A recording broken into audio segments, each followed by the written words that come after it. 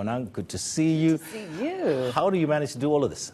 Great time management and a great management team, I always say. I think I work hard, but I also work smart. And I really value time. So I make sure everything's planned out. And I'm quite the planner, Everything that's kind of happening in my life at the moment was work that was put in about 2-3 years ago. Yeah, all right. I'm learning from you. So you're let's talk about your bubbly. You're the House of B&G. Yes. Talk to us about that. You seem very happy about it. I love it. I termed it my love letter to Africa. It's a project that I started 2 years ago, House of B&G, and it was sort of like an organic way to kind of introduce myself into the luxury beverage world.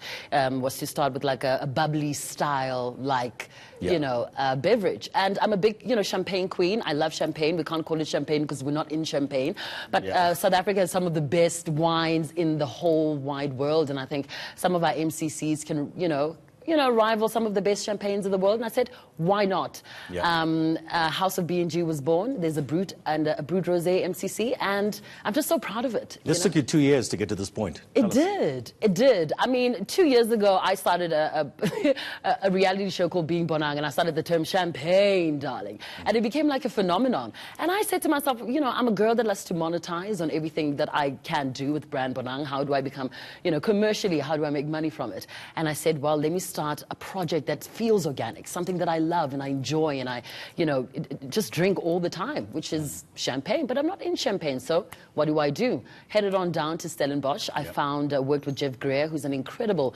Cape winemaker, and I said to him, I want a Brut and I want a Brut Rosé, but I want it to taste like this and that and this, because I've had the privilege of enjoying some of the best wines in the world, some of the best sparkling wines in the world. So I knew how I wanted mine to taste, sort of like Bonang in a bottle. So from, the bottling, the launch, the packaging, the taste, all of that was a 2-year plan. That's fantastic. You're now the first black woman to become a member of the Cap Classique Producers Association. Tell us about the Cap Classique Producers Association. How difficult is it to become a member? It was established in 1992 and basically consists of people who are producers of MCCs who are passionate about, wines of South Africa, who come together and, chat about how do we tell people about our incredible wines? How do we grow the conversation around the MCC? How do we better our community? How do we find ways of, just letting people about this incredible wine industry down in Cape Town? So I think it was an honor. I was asked to join and I thought, why not? I'm joining an industry that's very new to me. Winemaking is very important. South Africans know their wines.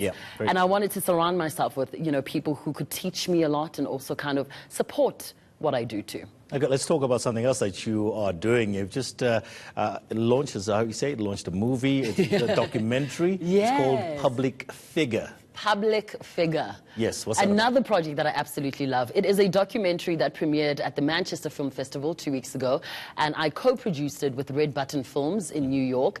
And what Public Figure is about, it's just a documentary that kind of we found influences around the world. So myself, there is Amber down in Australia, there is Sebastian in New York, we found Ontario in Chicago.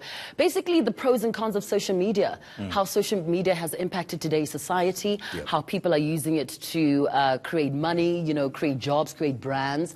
We spoke to incredible people around the world, sat down with Rose McGowan, who started the Me Too campaign movement on Twitter, sat down with Denzel Washington, sat down with that's my hero, Denzel. Oh no, he was lovely. I would have gone with you. Oh well, you can. It's coming. Maybe it might come to South Africa. Who knows? I'll hook you up.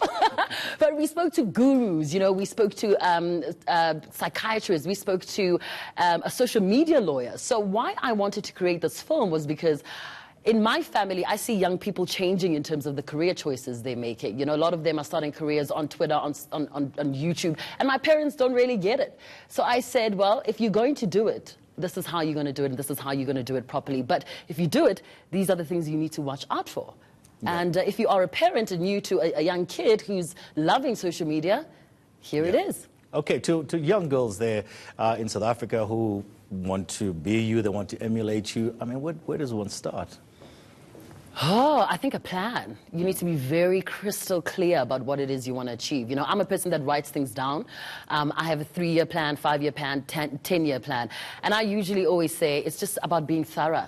and sticking to what it is you want to do. A lot of prayer, a lot of hard work, a lot of smart time management, surrounding yourself with people who are genuinely just for you and want you to be great.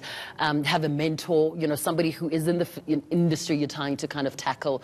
And a lot of just focus, you know, a lot of focus, but ultimately just finishing what it is that you started. Yep. It's most important. Very true. Okay, Bonang, thank you so much. So your luxury beverage brand is in stores, is that correct? Yes, exclusive to Woolworths, and then we branch it all over the country the next couple of weeks. All right, good luck with that and Thank everything you. else that you public figures, the documentary. Thank you. Thank you so much, Tony.